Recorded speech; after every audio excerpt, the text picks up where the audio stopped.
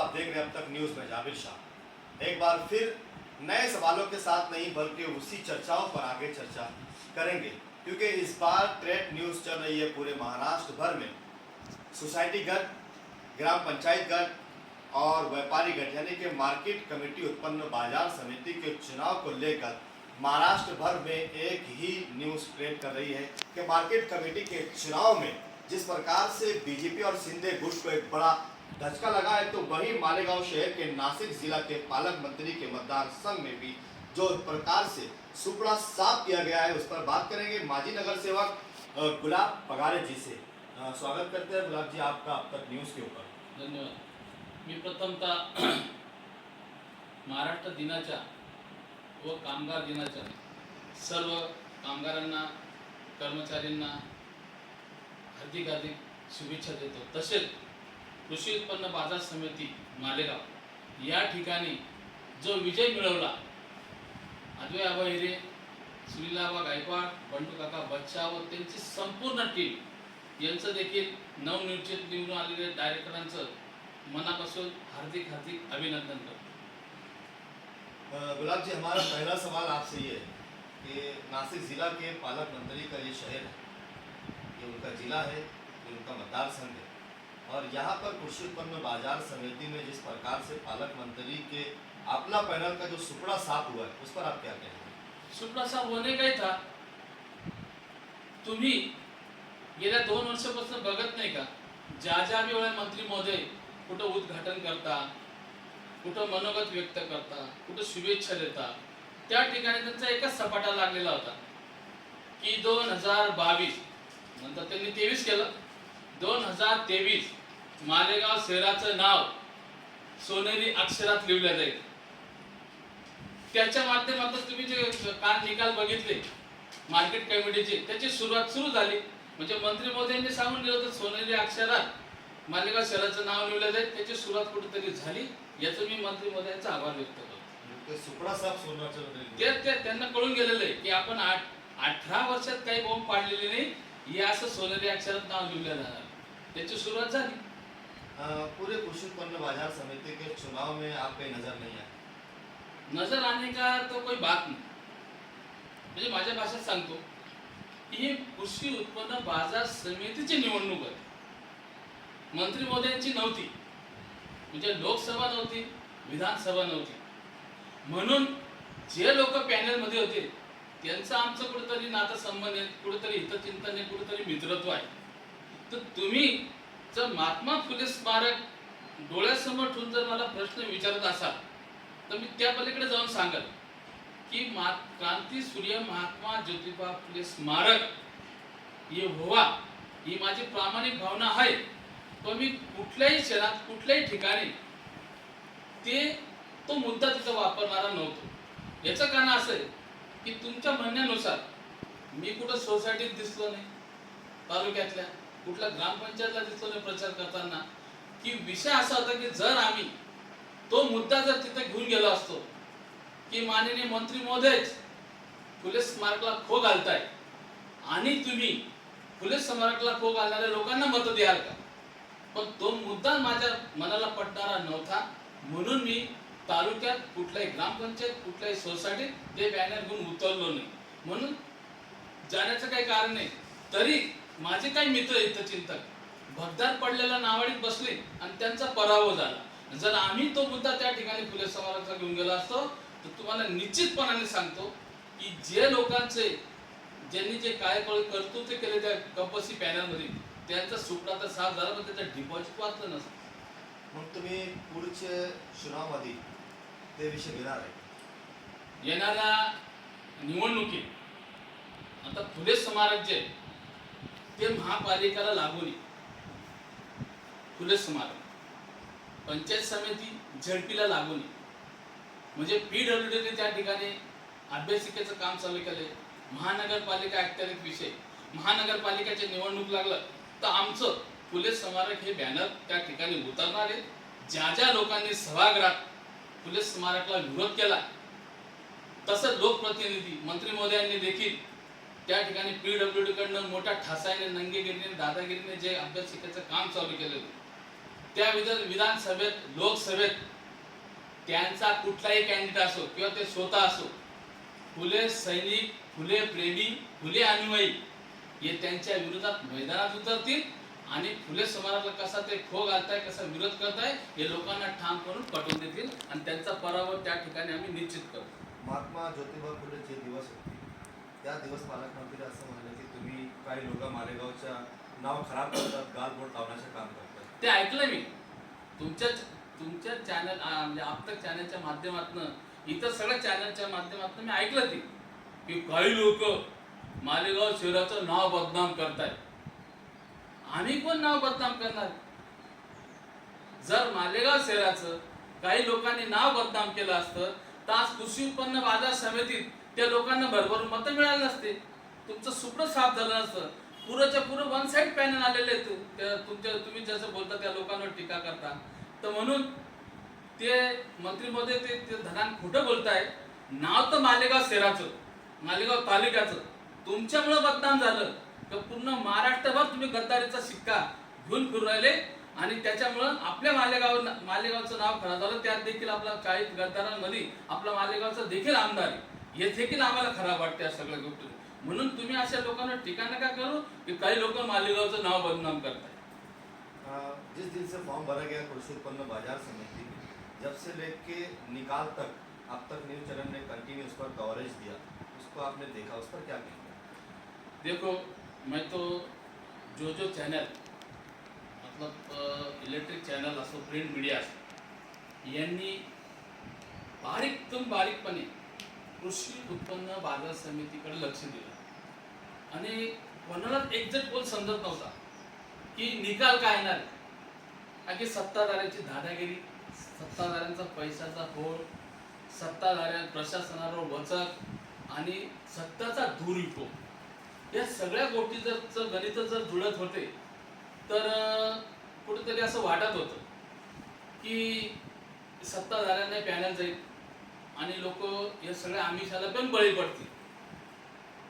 पण तुम्हाला सांगतो मी, या पलीकडे जाऊ, 2004 साली असंच एक चित्र घडलं होतं आणि एक सर्वसाधारण माणसाला न्याय द्यायचा म्हणून एक कब्बशीची निर्मिती झाली.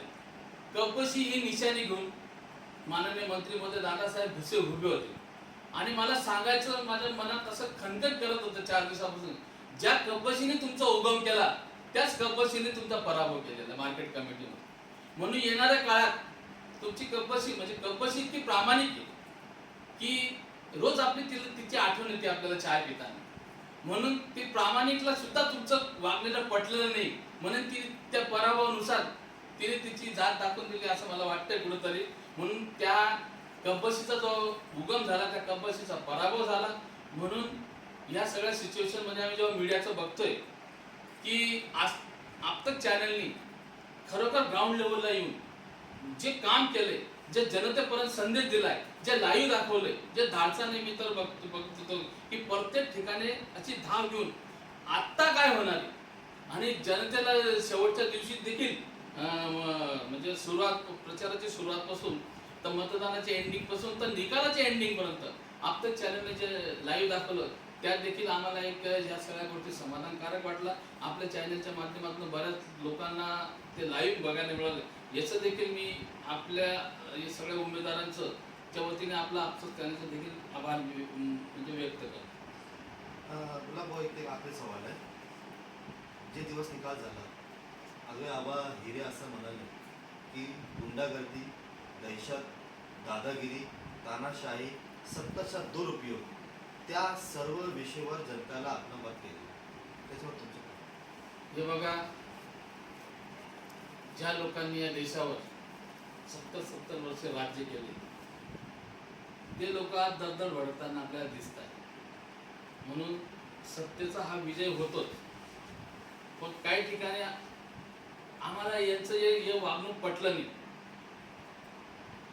ज्या लोकांच्या ज्या कसांच्या गाड्या धरतात आणि मतांसाठी त्यांच्या दाड्या धरायला जातात. म्हणून आजवर आपण जे बोलले त्या बोलण्यावरून तुम्हाला सांगतो की जन्म त्यांच्या विरोधात गेलेले हे जे लोक जसं वागताय, या तालुक्याशी जसं ज्या तालुक्याला वागणूक दिली, जी तालुक्यात दादागिरी फोफावते, जे सगळं लोकांना न पटणार आहे. म्हणून लोकांना हा शांतिप्रिय तालुका पाहिजे, विकासप्रिय तालुका पाहिजे, ज्या नवतरुणांच्या रिकामा हाताला काम नाही, रोजगारीसाठी ते भटकताय, यांच्याकडनं असं कुठलंही काम होत नाही.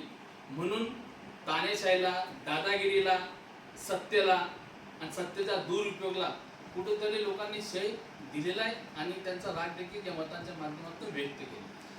तुम्ही पंचायत गटामध्ये नाही दिसले, तुम्ही सोसायटी गटामध्ये नाही दिसले, पण शेवटचे दिवस व्यापारी गटामध्ये तुम्ही दिसले.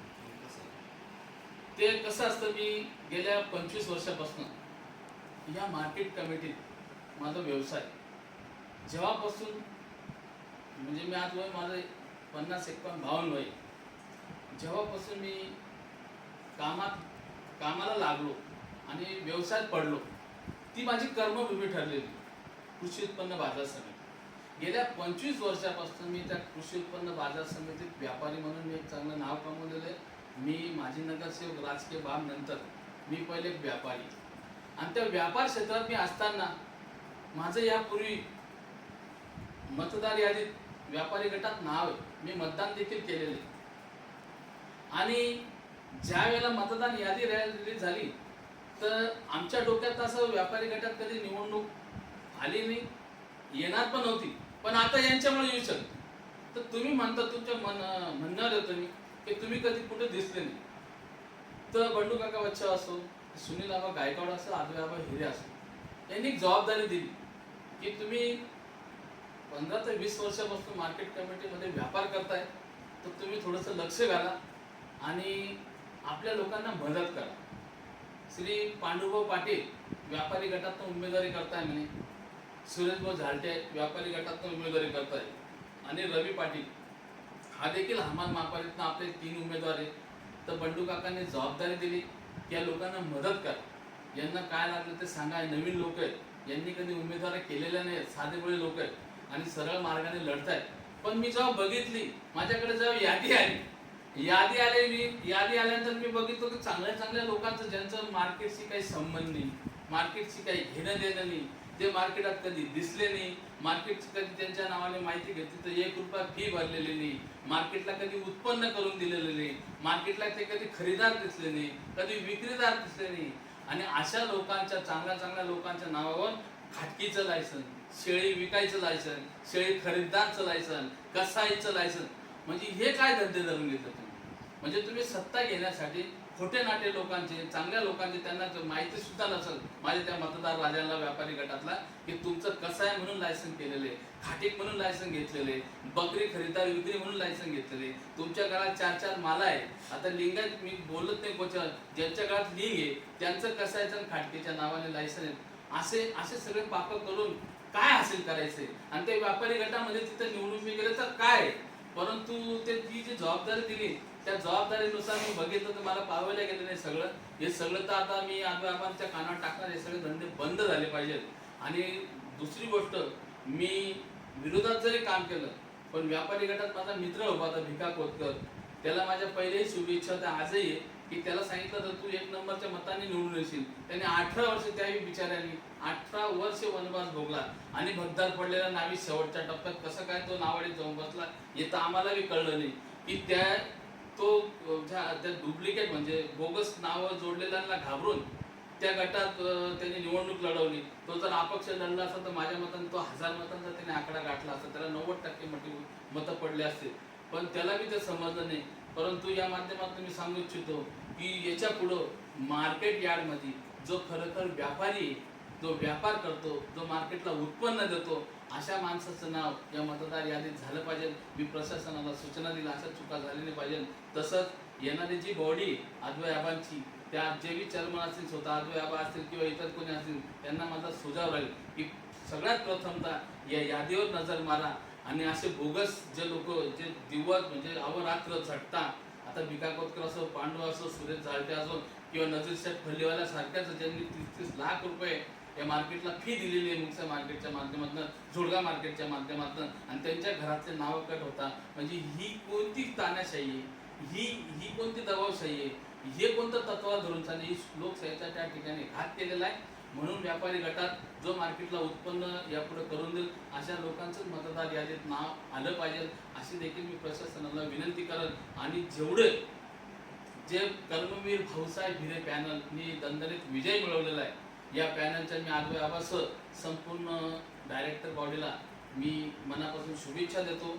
आणि त्यांच्या हातात या मालेगाव तालुक्याचं, या शहराचं, या मार्केट कमिटीचा विकास हो, सर्वांगीण विकास हो. त्यांनी सगळ्यांना विश्वासात घेऊन चालावं. या मार्केटचा शेतकरी राजाचा, माझ्या व्यापारी राजांचा आणि कष्टकरींचा आणि खरीददारांचा विकास हो. कुठल्याही माणसाला कुठली अडचण आली नाही पाहिजे मार्केट क्षेत्रात, अशी त्यांना प्रभूचरणी त्यांना सद्बुद्धी देऊ, मार्केटचा विकास करू, अशी आपल्या चॅनलच्या माध्यमातून, आपल्या चॅनलच्या माध्यमातून मी जाबीर यांचं मनापासून आभार व्यक्त करतो. त्या बॉडीचं देखील मनापासून आभार व्यक्त करतो. या ठिकाणी थांबतो. ये थे हमारे साथ में दर्शकों गुलाब पगारे जिन्होंने स्पष्ट अपनी बात रखी, कई सवाल उठाए और फुले स्मारक पर भी अपने आगे की भूमिका क्या होंगी इसका इशारा भी दे दिया है. अब देखेंगे क्या आने वाले झेडपी के चुनावों में या फिर महानगर पालिका के चुनाव में क्या वो नारा फिर से गूंजेगा कि जो स्मारक की बात करेगा वही इस शहर पे राज करेगा. आप देख रहे थे अब तक न्यूज़, मैं जाबिर शाह, कैमरामैन छोटू शाह के साथ. जय हिंद.